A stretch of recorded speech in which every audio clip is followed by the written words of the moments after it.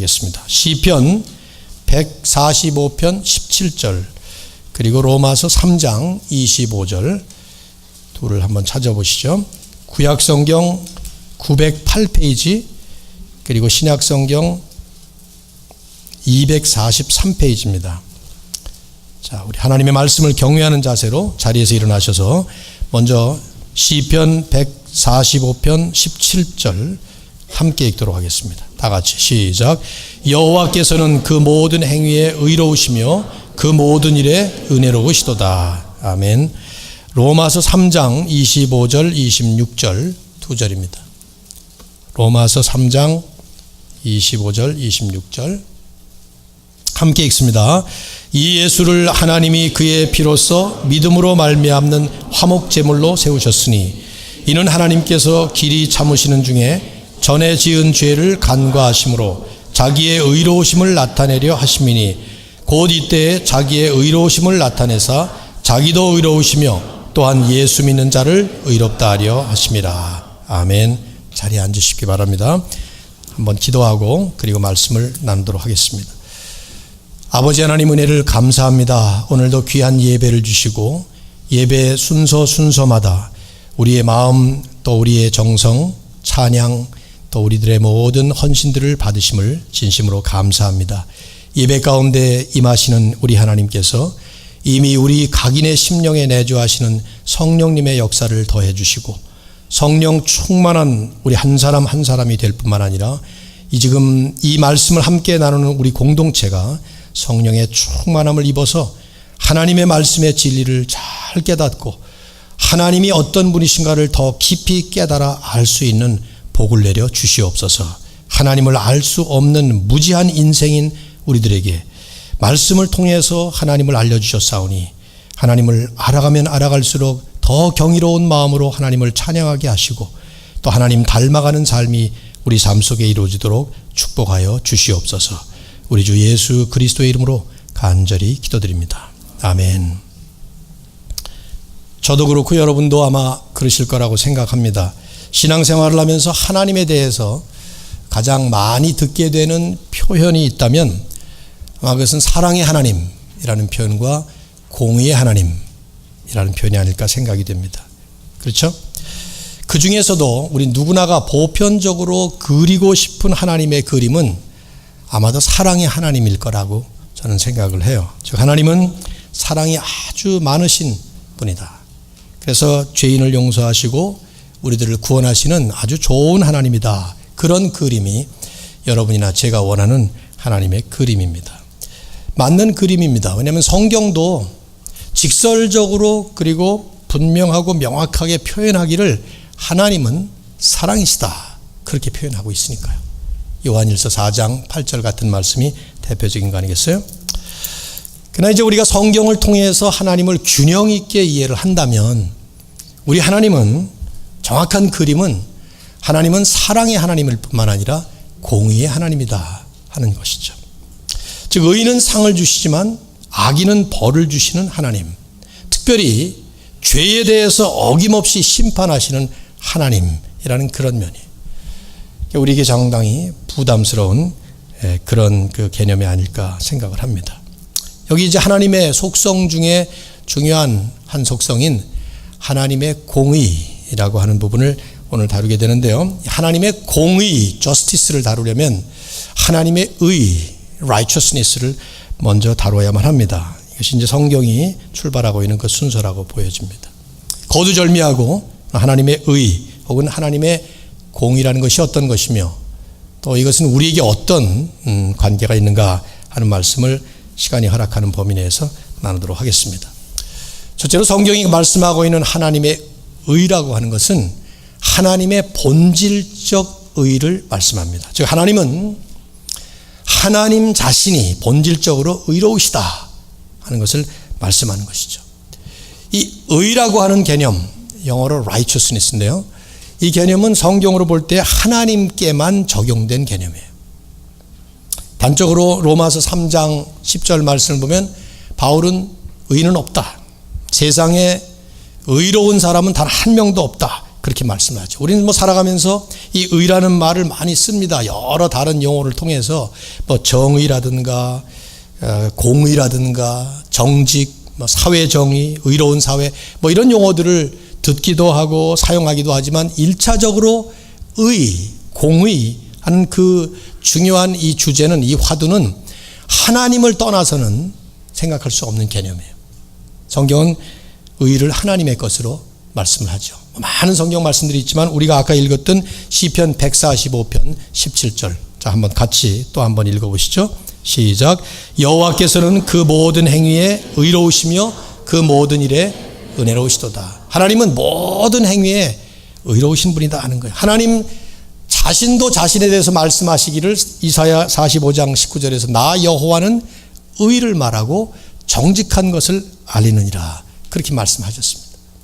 예수님은 하나님을 부르실 때에 의로우신 아버지여 그렇게 부르신 적도 있어요. 그러니까 하나님의 본질이 의롭다, 이 의로움이라고 하는 본질, 이 속성을 전적으로 하나님께로 돌리고 있는 것이죠. 자, 그렇다면 의라는 것이 뭐냐, 공이라는 것이 뭐냐 하는 질문을 해봐야 되는데, 이 의라는 말이나 righteousness나 정의, justice나 전부 다 영어에서는 다른 용어로 쓰고 있지만 구약의 히브리어나 또 신약의 헬라어에 보면은 다 같은 어군에 속하는 말이에요. 그 말들 자체가. 그래서 한 뜻으로 이제 우리가 봐야 되는데, 이 의를 이제 설명을 하자면 이런 것입니다. 하나님은 의로우시다 하는 이 말은 1차적으로 하나님께서 하시는 모든 것은 다 옳으시다, 하나님이 하시는 처사는 다 옳으시다 하는 말인데, 근본적으로 이 얘기를 더 깊이 얘기한다면 하나님 자신이 옳은 것의 절대적인 기준이시다, 그런 뜻입니다. 하나님은 언제나 옳으신데 그 이유는 하나님 본인이 자신이 본질적으로 본성적으로 옳으시기 때문이다 하는 것이죠. 즉 자신이 옳은 것의 기준이고 의지의 기준이라, 그런 말이에요. 여러분 상당히 좀 시간이 경과했습니다마는 하나님의 선하심이라는 속성을 우리가 다룬 적이 있습니다. Goodness of God. 그 하나님의 선하심으로부터 은혜라든가 사랑이라든가 그런 많은 얘기들을 같이 나눴는데, 그때 이 하나님의 선하심, 하나님은 선하시다 하는 그 개념, 마가복음 10장 18절에서 예수님께서 선한 분은 하나님 한 분이다 이런 말씀을 하셨죠. 하나님 한 분 외에는 선한 이가 없다 하는 말씀하셨는데, 그때 우리가 함께 나눴던 얘기는, 그 뜻은 인간에게서는 절대적 의미에서 선을 찾을 수가 없고 오직 하나님께만 선한 것을 찾을 수 있는데, 그 이유는 뭐냐, 그것은 하나님이 본질적으로 선하시고 선의 최종적 기준이시기 때문이다, 그런 얘기를 나눈 적이 있어요. 그래서 하나님 뭐 생각하는 것도 선하시고 하나님이 하시는 모든 결정, 행동, 모든 것들이 다 그 자체로 선이다, 그런 얘기를 했습니다. 이와 비슷한 맥락으로 마찬가지 하나님의 의라는 기본 개념도 하나님의 본질이 의예요. 하나님 자신이 의의 기준이십니다. 거기에 개념이 있어요. 하나님은 절대적 차원에서 언제나 옳으시고 모든 면에서 완벽하게 무한하게 옳으신 분이다 하는 것이에요. 그 이유는 하나님 본인이 의시기 때문에, 의의 기준이시기 때문에, 이것이 이제 인간과 본질적으로 대조가 되는 것이죠. 아까 알려드렸던 로마서 3장 10절, 바울은 그냥 한마디로 의인은 없나니 하나도 없다 하면서 인간과 하나님의 본질적인 차이점을 이렇게 대조하고 있어요. 즉 인간에게서는 의를 찾아볼 수가 없다는 것이죠. 그러나 하나님에게는 정반대로 모든 것이 다 의예요. 그 한 분만이 의로우신 분이시고 하나님 본질이, 본성이 의로우시다. 성경이 이것을 대단히 많이 아주 상세하게 강조를 하고 있죠. 이런 이제 의로우심을 우리가 얘기할 때, 제가 지난주에는 못했습니다만 그 전주에 하나님의 거룩하심을 다뤘습니다. 바로 전에. 그 거룩하심과 이 의로우심이 사실은 직결되는 개념이에요. 여러분 에베소 4장 24절 말씀, 우리가 참 요절로 외우고 싶은 좋은 말씀 아니에요? 한번 읽어볼까요? 먼저 시작. 하나님을 따라 의와 진리의 거룩함으로 지으심을 받은 새 사람을 입으라. 근데 이 중요한 구절이 조금 번역이 미흡해요. 조금 미흡한데요, 이걸 좀 다르게 번역을 했으면 좋았을 거라는 생각이 드는데요, 여러분이 영어 성경을 읽어보시면 주로 NIV나 ESV 같은 성경들을 읽는데 거기에 조금 다르게 번역을 했어요. 여기 우리말에는 바울이 이제 예수 그리스도를 통해서 새 사람이 된 사람은 어떻게 살아야 되느냐 하는 말씀을 하면서 이 에베소 4장 24절에서 우리는 이제 하나님을 따라 하나님의 모습대로 살아야 된다. 그것이 이제 새 사람이다. 이미 새 사람이 되었는데 새 사람이 되었으니까 마치 옷을 새롭게 입듯이 그렇게 입어야 된다. 그 얘기를 하는 거예요. 이 말씀은. 지금 새 사람이 되라는 말이 아니에요. 에베소 1, 2, 3장에서 그리스도를 통해서 새 사람이 되었다. 그래서 새 사람이 된 사람은 4, 5, 6장에서 이렇게 살아야 된다 하는 얘기를 하면서 옷에 비유한 것입니다. 여러분이 목욕 재개를 하고 깨끗하게 하시고 나면 옷도 새 옷을 입어야 되죠. 그렇죠? 그런 것처럼 이제 우리는 하나님을 따라서 사는 사람이 됐기 때문에 마치 옷을 새롭게 입듯이 그 하나님의 옷을 입어야 되는데 그게 뭐냐? 하나님을 따라서 하나님 본받는 게 뭐냐? 할 때 우리말에는 번역이 미흡하게 의, 진리, 거룩이라는 세 가지 속성을 얘기를 했어요. 근데 이 말씀은 사실은 진리라는 명사보다 그것을 형용사로 만드시고 의와 거룩함의 앞에다가 붙이는 게 좋아요. 영어 성경들을 읽어보면 true righteousness and true holiness 이렇게 번역들을 대부분 했습니다. 이게 정상적인 바른 번역이에요. 하나님은 거룩하시고 의로우신 분이에요. 진정으로 의로우신 분이고 진정으로 거룩하신 분이다. 그 말이죠.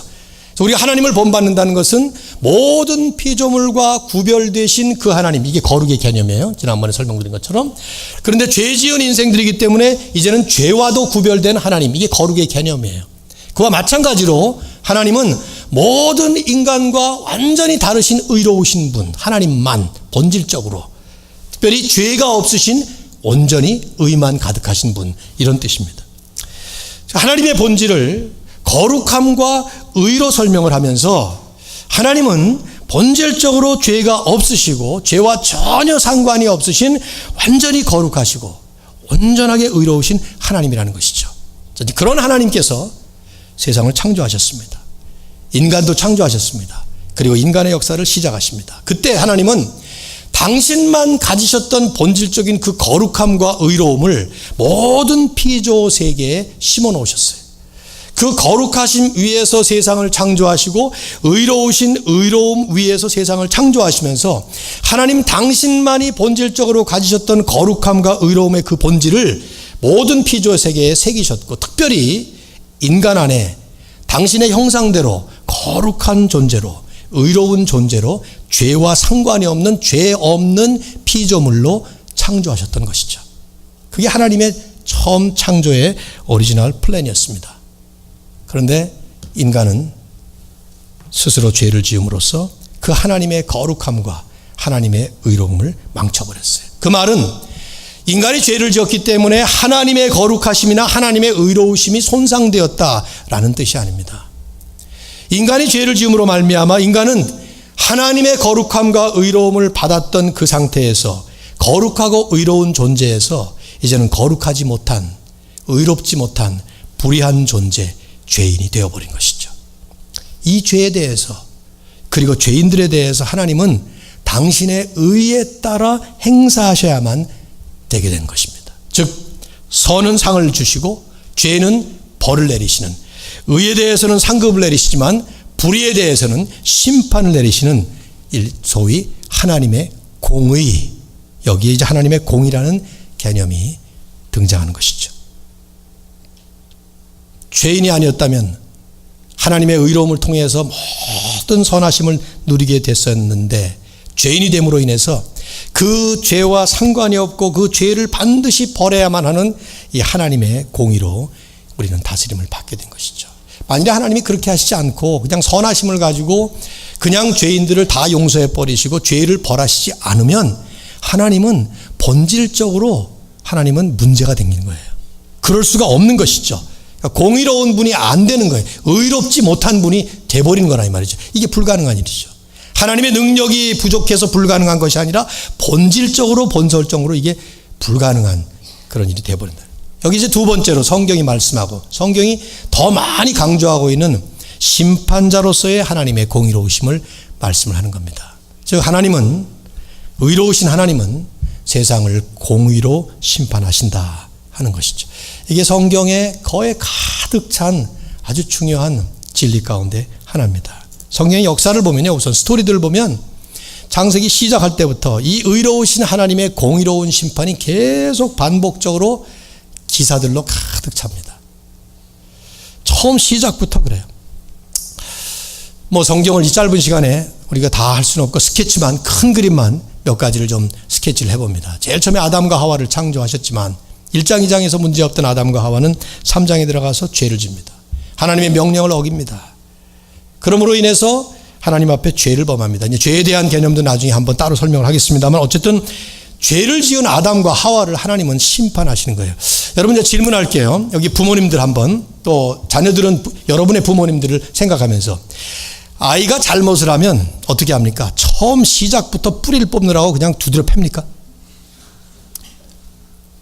필립도 최근에 아이를 낳았고, 오늘 후영이, 오견 이런 사람들 다 이제 어때요? 이제 저 아이가 잘못을 해요. 그러면 어떻게 합니까? 이거 처음부터 뿌리를 뽑아서 고쳐놔야 돼 해가지고 그냥 혼을 내고 완전 죽도록 패고 막 그럽니까? 아니죠. 그런 사람이 있어요? 부모님들 중에? 여러분이 부모에게 그렇게 당한 사람들이 있습니까? 기억이 안 날 뿐이지 처음부터 그렇게 당한 건 아니에요. 여러분이 기억나면서부터 시작하는 건 벌써 한참 지난 뒤라고. 우리도 사실은 아이들을 키울 때 그렇게 하지 않아요. 잘못을 했더라도 참아줍니다. 봐줍니다. 2번, 3번, 4번, 저처럼 7번 뭐 이렇게 봐주기도 하고 10번도 봐주. 그래요. 그런데 하나님은 이해가 안 돼. 잘 솔직히 따져보자고.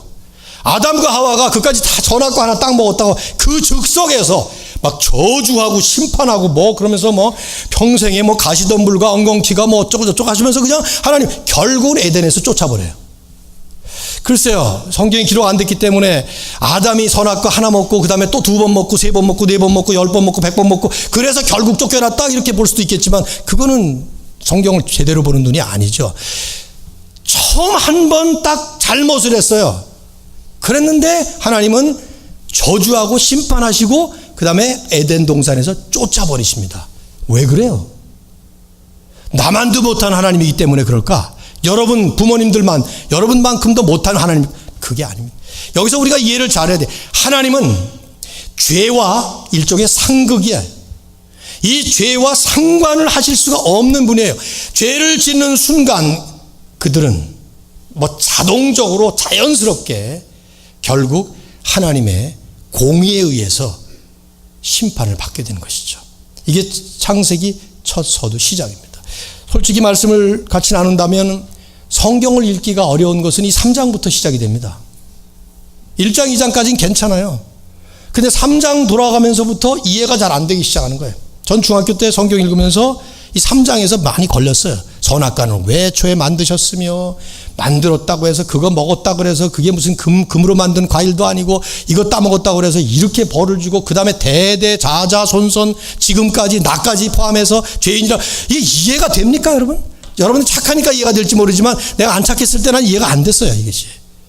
근데 오늘 성경적으로 우리가 이 전체 하나님이 누구신가를 제대로 이해하면 바로 여기에 이 진리의 핵심이 들어있는 거예요. 하나님은 의로우신 분이에요. 그 의에 의해서 모든 것을 창조하셨는데, 어쨌든 죄의 기원을 우리가 연구를 해야 되겠지만 죄를 짓는 순간 하나님으로부터는 심판의 대상으로 떨어져 나갈 수밖에 없는 거예요. 이것이 하나님의 공의, justice라고 하는 아주 중요한 개념이에요.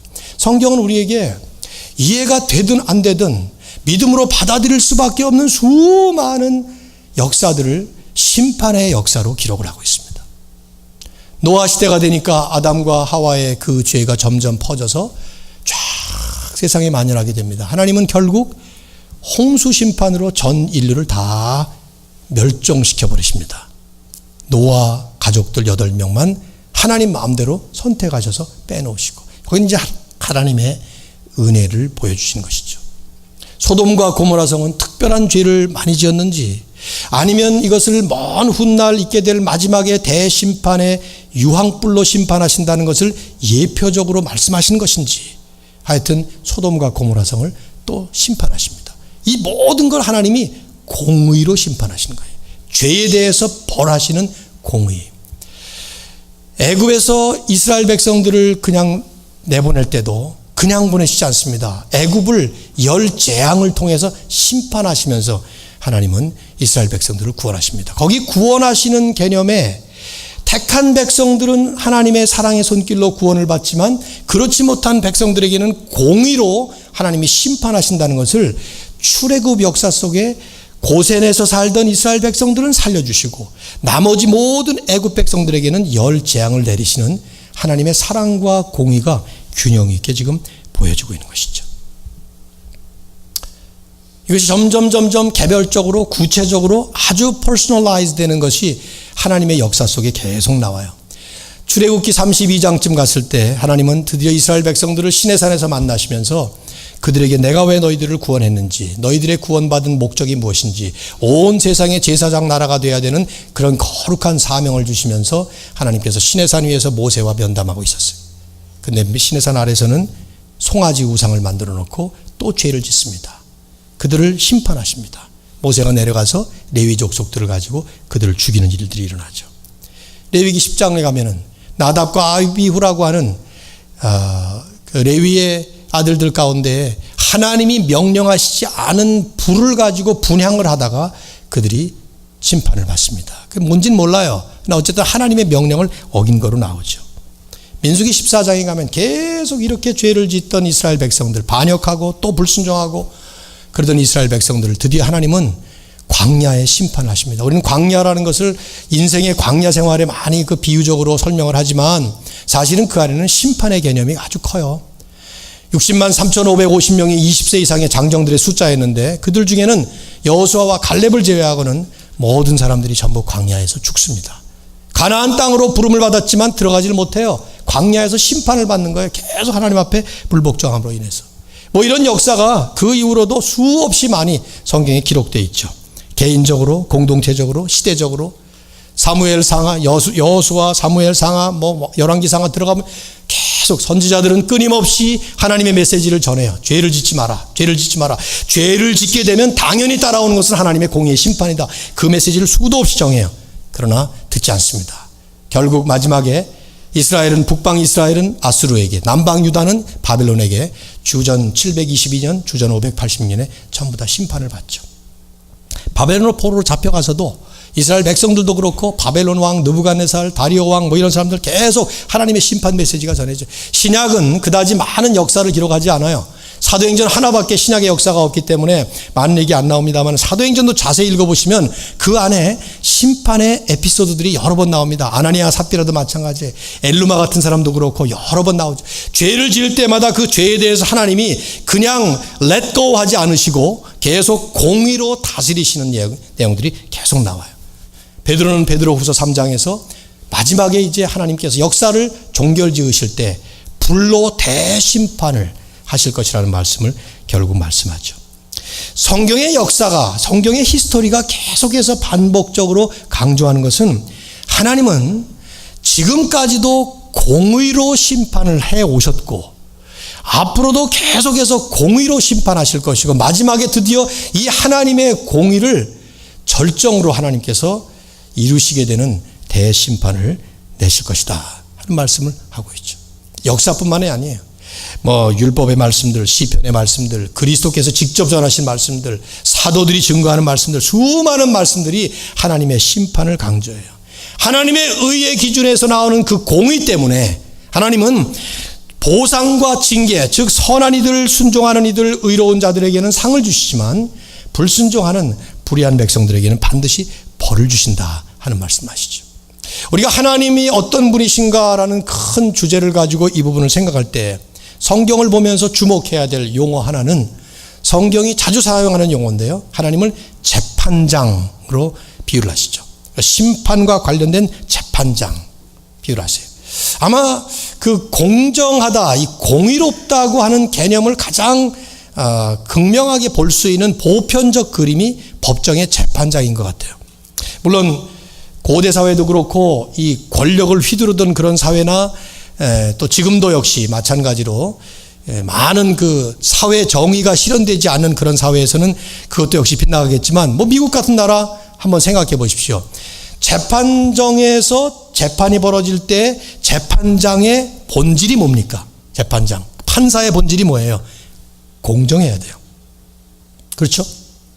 공정해야 돼요. 그거 빼면 재판관은 의미가 없습니다. 그분이 공정해야 되기 위해서 모든 사건, 모든 상황들을 다 판단하고 아주 공정하게, 물론 기준이 있죠. 헌법이라든가 그런 법의 기준이 있습니다. 그 법에 의해서 편파적이지 않은 아주 공정하게 공의를 실현하는 장소가 재판정이고, 그걸 실현하는 사람이 재판관이에요. 성경은 하나님을 그런 재판관, 심판을 내리실 때 공의롭게 공정하게 내리시는 재판장에 비유를 합니다. 창세기 18장 예를 하나만 든다면, 거기에 하나님께서 소돔과 고모라 성을 진멸하러 가시기 위해서 가다가 아브라함의 집에 잠시 들리게 되죠. 그때 아브라함은 그 세 분 중에 한 분이 하나님이라는 사실을 깨닫고 하나님을 막 붙잡고 호소합니다. 아브라함이 호소했던 게 뭐냐면, 거기 가면 이제 소돔과 고모라 성이 아주 악한 성이라는 건 아브라함도 알아요. 그러나 거긴 자기 조카 롯이 살아요. 롯 말고도 또 좋은 사람들이 있을 거라는 생각을 아브라함은 했던 것 같아요. 그래서 하나님께 호소하는데 뭐라고 호소하는가 하면, 하나님, 그 성을 다 진멸하시는 것은 말이 안 됩니다 하는 얘기를 해요. 왜 말이 안 되느냐? 거기 만일에 의인들이 조금이라도 있다면 하나님의 공의라고 하는 그 개념은, 하나님 당신의 본성은 의로우신 분이시기 때문에 그렇게 하시면 안 됩니다. 막 주제넘은 것 같은 얘기를 막 해대죠. 이렇게 말해요. 주께서 이같이 하사 의인을 악인과 함께 죽이심은 부당하오며 정당하지 않다는 말이죠. 의인과 악인을 같이 이렇게 멸하심도 부당하니이다. 그러면서 세상을 심판하시는 이가 정의를 행하실 것이 아니니까. 이 정의, 이건 미시파트라고 하는 좀 다른 단어인데요, 하나님의 그 의로움 때문에 하나님이 공의를 통해서 세상을 다스리실 때 하나님이 행사하시는 하나님의 그 액션에 대해서 설명하는 말이 정의라는 말인데, 그 정의를 행하셔야 되는 거 아닙니까? 하나님이 이렇게 하면 정의가 구현되지 않습니다 하는 얘기죠. 그래서 얘기를 해요. 잘 아시잖아요. 그 안에 50명의 의인이 있으면 어떻게 하시겠습니까?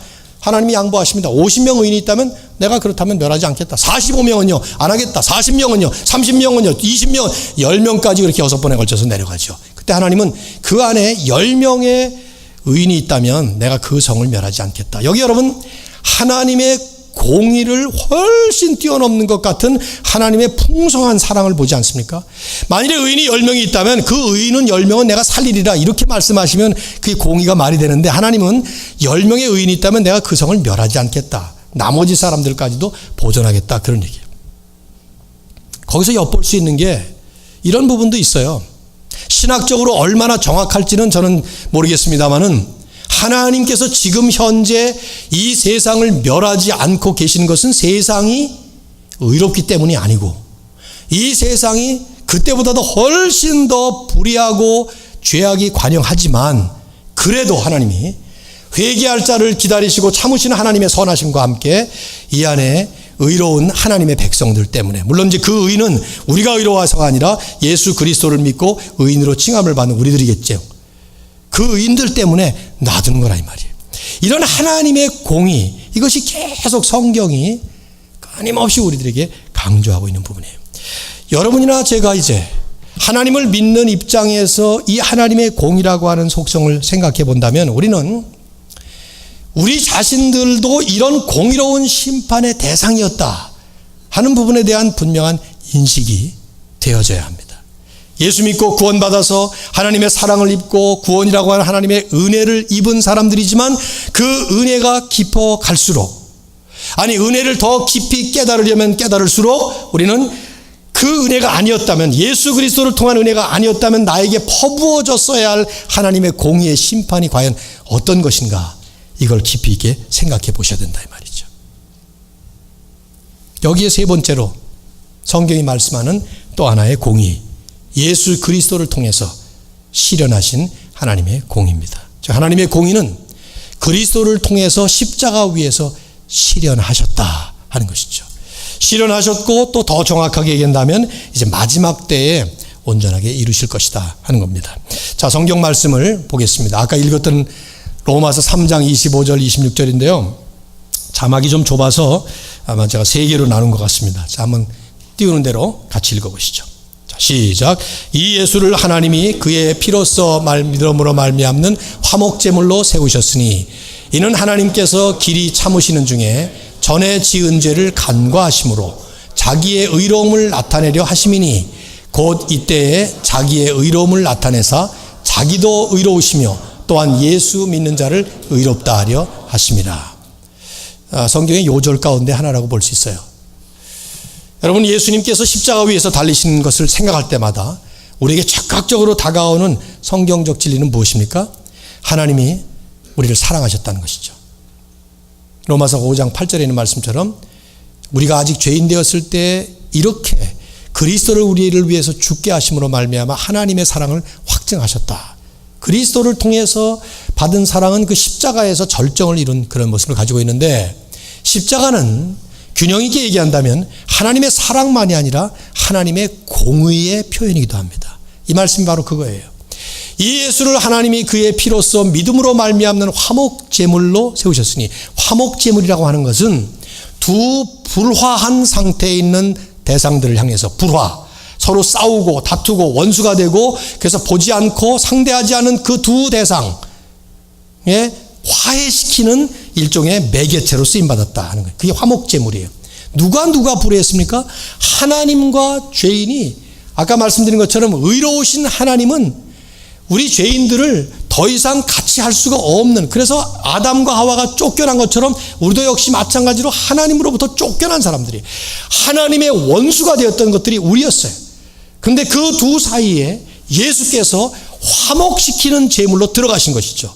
그래서 예수님이 우리를 위해서 죽으셨을 때에 그것은 하나님이 길이 참으시는 중에 지었던 모든 죄를 간과하시는 거예요. 즉 죄를 지었는데 죄를 안 보시는 거예요. 오버루킹 하시는 거죠. 죄 안 지은 것처럼 이렇게 하신단 말이에요. 죄 안 지은 것처럼. 그 이유가 뭐냐? 예수 그리스도를 통해서 우리가 받아야 될 그 공의의 모든 심판을 대신 퍼부심으로 인해서 주님께, 하나님은 당신이 의로우심을 나타내신 거예요. 공의로우신 분이기 때문에 우리를 반드시 벌하셔야 되는데 그 벌하시는 벌 자체를 그리스도에게 다 벌하신 것이죠. 그래서 그리스도가 그걸 받음으로 인해서 하나님은 공의로우신 하나님으로서의 공의를 실현하신 거예요. 바울은 계속 반복해서 말을 하죠. 그때 그 십자가에 달리셨으면 바로 그때 하나님 당신의 의로움도 나타내시고, 그래서 하나님도 의로우신 분이 되신 것이고 우리도 의롭다 하려 하십니다. 그리스도 때문에 우리는 십자가 위에서 내가 당했어야 될, 여러분이 당했어야 될 그 모든 하나님의 공의의 심판을 대신 주님이 다 당하시고 그분에게 전부 다 하나님께서 부으심으로 인해서 우리는 더 이상 공의의 심판의 대상이 아닌, 이제는 오히려 하나님의 의를 통해 우리도 의롭다고 칭함을 받는 의인의 자리에 서게 됐단 말이에요. 이것을 설명할 길은 없어요. 사실은요, 예수님께서 십자가에 달리셨을 때 7마디 말씀하시는 그 가운데 말씀 중에 나의 하나님 어찌하여 나를 버리셨나이까 하는 말씀하셨어요. 사실 신학적으로 해석하기 참 어려운 말씀이죠. 신학자인 마틴 루터는 하나님이 하나님을 버리셨다니 이것을 어떻게 이해할 수 있겠는가 이런 얘기를 했는데요, 하나님이신 분이 하나님을 버리셨다는 그런 표현을 썼다는 것을 어떻게 이해하겠느냐. 사실 그 말씀 속에 우리들이 이해할 수 있는 한 가지 신학적 진리는, 그 순간에 예수님은 모든 인류를 대표하는 화목제물로 십자가에 달리신 것입니다. 그때 하나님으로부터 버림받는 일을 대신 당하신 것이죠. 우리가 버림받은 거예요.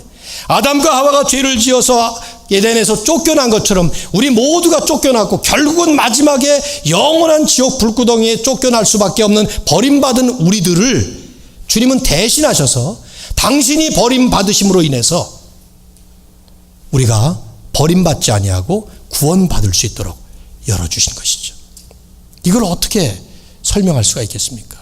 기껏 설명해 봐야 저는 그냥 우리들이 죄를 지어서 감옥에 들어갔다가 풀려나오는 그런 정도로 예를 들 수 있을 것 같아요. 근데 그것도 그렇죠. 우리가 보통 감옥에서 풀려나오는 것은 언제입니까? 잘못해서 큰 죄를 지으면 사형을 받습니다. 또 그보다 조금 덜하면 무기징역을 받고 이런 일들 하는데 그 정도는 아니더라도 감옥에 들어가야 되는 일을 겪는다고 합시다. 제가 그 전에 신문에 보니까 어떤 사람이 파킹 티켓을 한 200 몇 개를 안 물어가지고 감옥에 들어간 사람이 있었어요. 그러니까 파킹 티켓 그러면 한 번에 한 20불 얼마 나오나요? 파킹 티켓 10불, 20불, 30불 그런 거 아니겠어요? 근데 그걸 한 200 몇 개를 계속 이걸 안 내니까, 물론 벌금도 벌금이겠지만 정부에서 얼마나 괘씸하겠어요. 그러니까 감옥에 집어넣었는데, 감옥에 들어갔어요.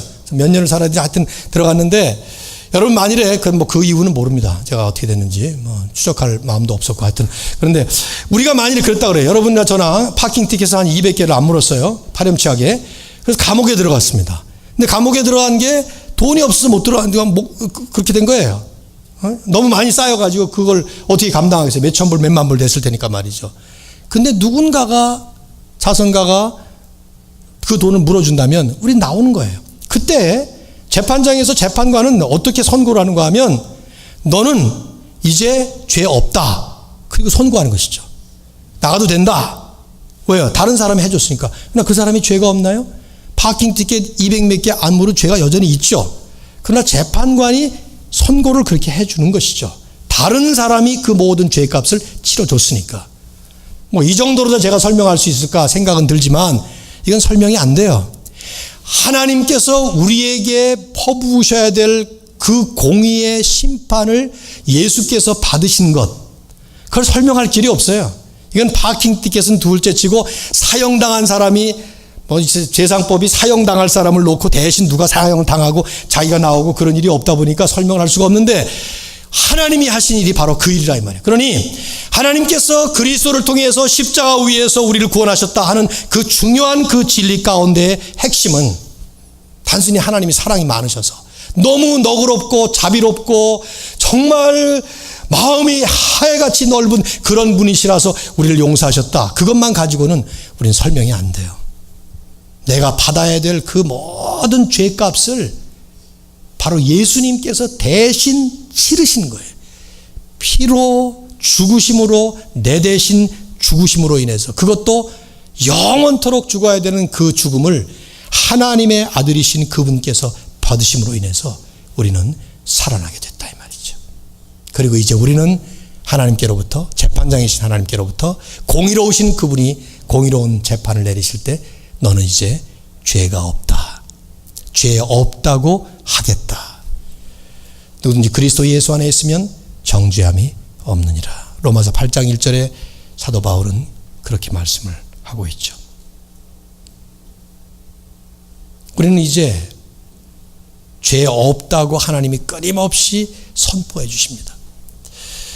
저는 죄를 지을 때마다 하나님은 내가 죄를 계속 짓는데도 너는 죄 없다, 너는 죄 없다 이렇게 말씀하신다는 것을 생각해 보면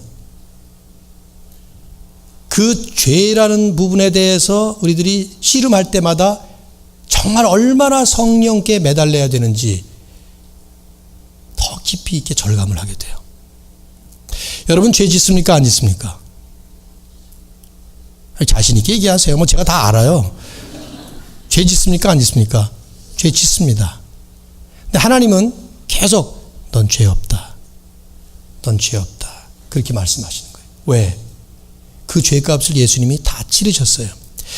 내가 예수님 믿기 전까지의 죄만 치르신 게 아니라 앞으로 지을 죄, 나도 몰라요 어떤 죄를 지을지. 근데 그 죄가 무엇이든 우리 웨스트민스터 컨페션에 보면 그리스도의 속죄를 통해서 용서받지 못할 만큼 큰 죄가 없다 하는 성경의 진리가 있는데요. 어떤 죄를 지어도 그리스도께서 십자가 위에서 택한 백성을 위해서 치러주신 그 죄값을 치르면서 용서받지 못할 죄가 없다는 거예요. 그러니까 마음 놓고 죄 지어도 된다? 그 사람은 아직 구원받지 못한 사람입니다. 저는 요만한 마음의 죄를 지어도 보면은 이거 또 죄 지었네 할 때마다 그럼에도 불구하고 이미 값을 치러주신 예수님의 그 피값, 속죄의 십자가의 은혜 때문에 하나님은 죄 없다 하고 말씀하신다니, 애들을 키우면서 조금 그거를 경험한 적이 있는 것 같아요. 아이들을 키우면서 조금, 그것도 아이들이 잘못하면 저희 집에서는 거짓말하면 매 맞는다 이런 법이 있었기 때문에 거짓말하면 맞아야 되는데 거짓말은 안 하고 사는 아이가 어디 있습니까? 다 하죠. 하니까 그런 법을 또 만드는 것이고, 그래서 거짓말을 한 다음에 저하고 제 아내 앞에 불려와서 매를 맞아야 되는데 애를 안 때리고 용서해 줄 때 그 아이가 펑펑펑펑 무너지듯이 우는 그 모습을 보면서 저 모습이 결국은 내 모습이 돼야 되겠구나 하는 생각을 한두 번 한 게 아니에요. 하나님 앞에서 이미 용서받은 그리스도 때문에 내 죄값을 치러주신 그분 때문에 내가 죄값을 다 용서받았는데 더 이상 죄 지으면 안 되는 것이죠. 그러니까 하나님은 우리에게 계속 말씀하신 거죠. 이제는 의로운 사람으로 살아라.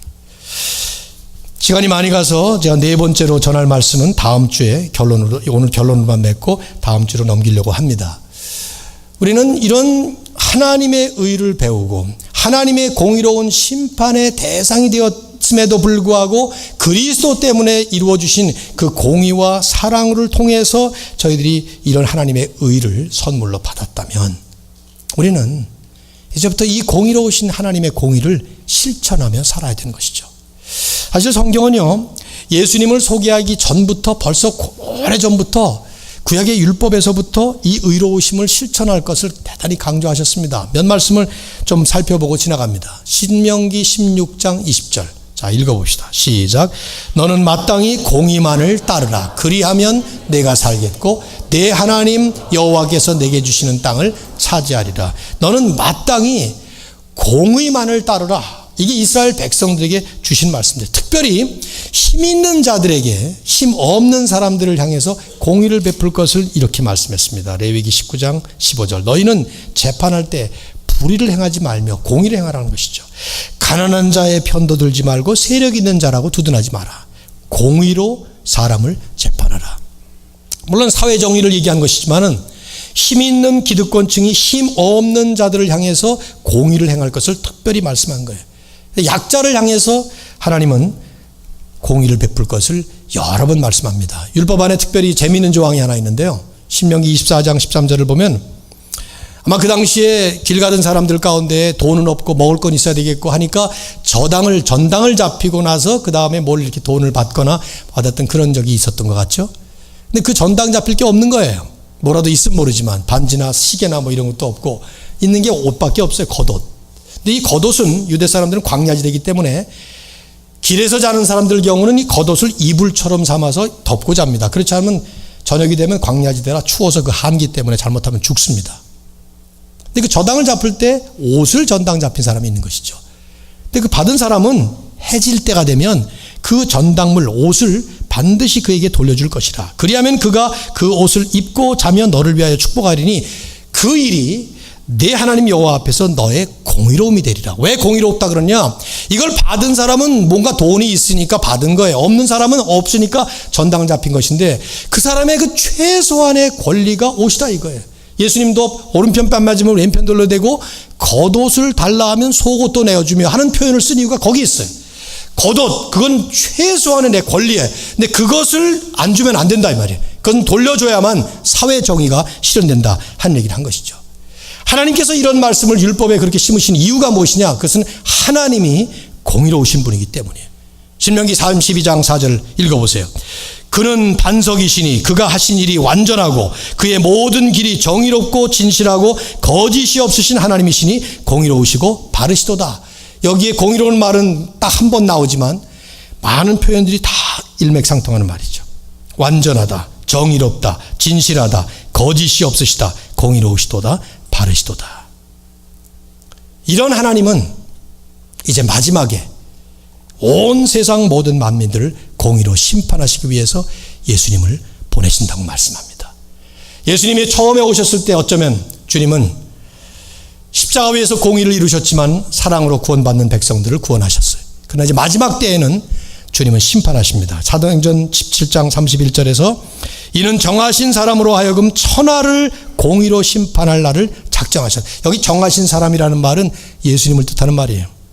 이에 그를 죽은 자 가운데서 다시 살리신 것으로 모든 사람에게 믿을 만한 증거를 주셨습니다. 주님이 다시 오시는 날 주님은 모든 세상을 공의로 심판하신다는 것이죠. 그래서 바울은 자기의 마지막 서신인 디모데후서 4장에서 이렇게 말씀을 했습니다. 자, 읽어봅시다. 시작. 하나님 앞과 살아있는 자와 죽은 자를 심판하실 그리스도 예수 앞에서 그가 나타나실 것과 그의 나라를 두고 엄히 명하노니. 디모데를 향해서 사도 바울이 목회의 계승을 시키면서 엄중하게 그가 그 시대를 바라보면서 갖춰야 될 그 몸가짐을 예수 그리스도의 심판자로서의 그 공의로우신 심판주의 모습을 설명한 것이죠. 하나님 앞과 살아있는 자와 죽은 자를 심판하실 예수 그리스도. 저와 여러분은 이제 이 공의로운 삶의 부름을 받은 삶을 시작한 것입니다. 그리스도를 믿고 나에게 퍼부어져야 될 하나님의 공의로운 재판이 이제는 더 이상 나에게는 상관이 없는, 더 이상 심판 안 받죠. 우리는 그런 심판은. 그렇기 때문에 하나님의 의로운 백성으로서 이제는 하나님의 의를 실천하고 하나님의 공의를 이 땅에 구현하는, 다음 주에 이 사회정의와 관련해서 이 말씀 한 번 더 나누도록 하겠습니다. 주의 영광이 우리 가운데 함께 하시기를 주의 이름으로 축원합니다.